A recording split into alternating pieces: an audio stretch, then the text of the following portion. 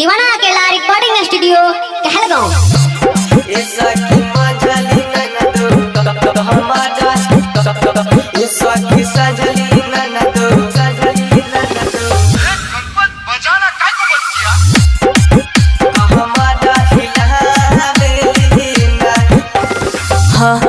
ये सखी कह बनंद चूड़ी आई बजा बेलीना।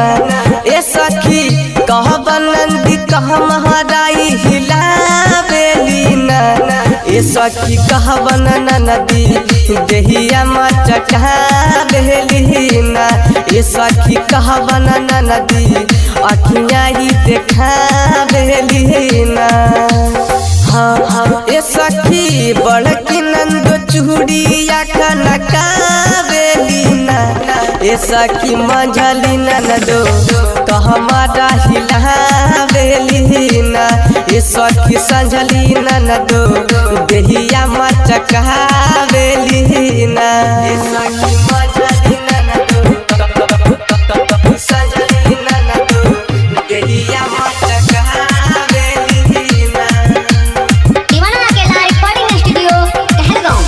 छोटकी नदिया जहर के पुड़िया छे ललका लहंगा पे बड़ी झलकावे छे।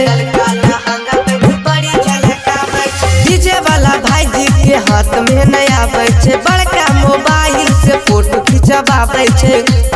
हाँ हाँ ये सखी कह बनंदी देहिया मचका बेलीना। ये सखी का बनन नदी कह मारा हिला बेलीना। ये सखी का बनन नदी सड़िया सरका बेलीना।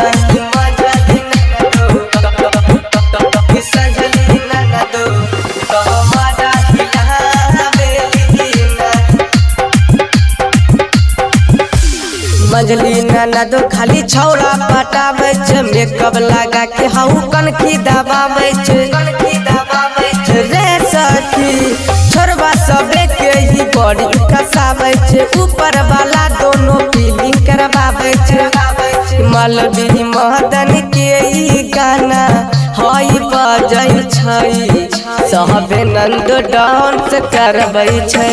छोटू सुमन के भौला यूं बढ़ाबै छै।